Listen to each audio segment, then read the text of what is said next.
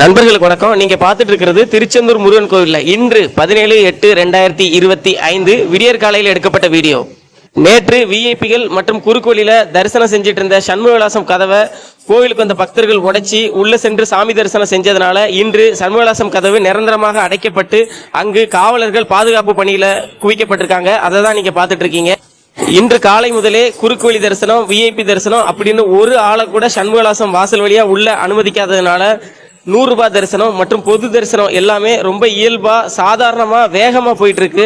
கடந்த வாரங்கள்ல இதே சண்முகவிலாசம் வாயில் வழியா தினமும் காலையில ரொம்ப வெளிப்படையா எந்த குற்ற உணர்ச்சியும் எந்த பயமும் இல்லாம குறுக்கோழி தரிசனத்திற்கு ஆள் அனுப்பிட்டு இருந்த வீடியோக்களை தினமும் பதிவிட்டு இருந்தோம். ஆனா இன்னைக்கு அப்படி ஒரு விஐபி தரிசனம், குறுக்கோழி தரிசனங்கிற பேர்ல யாரும் இல்லாம பொது தரிசனம் மற்றும் 100 ரூபாய் தரிசனம் மட்டுமே போயிட்டு இருக்கு.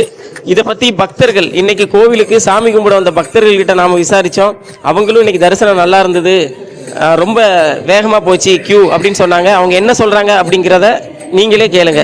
விஐபி தரிசனம் ரத்து பண்ணிருந்தாங்க, உள்ள தரிசனம் எப்படி போச்சு? இன்னைக்கு விஐபி தரிசனம் ரத்து பண்ணிருந்தாங்க, தரிசனம் எப்படி இருந்துச்சு? விஐபி தரிசனம் ரத்து பண்ணிருந்தாங்க, அது தரிசனம் எப்படி இருந்துச்சு? உள்ள விஐபி ரத்து பண்ணிருந்தாங்க, சரி, அதனால உள்ள தரிசனம் எப்படி இருந்துச்சு?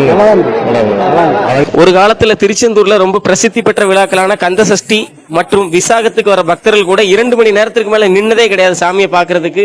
ஆனா இவங்க நடுவுல மெசேஜ் தரிசனம், குறுக்கோழி தரிசனம், 2000 ரூபாய் தரிசனம், விஐபி தரிசனம் இப்படின்னு சம்பாதிக்கிறதுக்காக டிசைனா தரிசனத்தை கொண்டு வந்து குறுக்கோழியில பக்தர்கள் அனுப்புனதுனால 7 மணி நேரம் 8 மணி நேரம் அப்படிங்கிற ஒரு தோற்றம் திருச்செந்தூர் கோயில உருவாச்சு.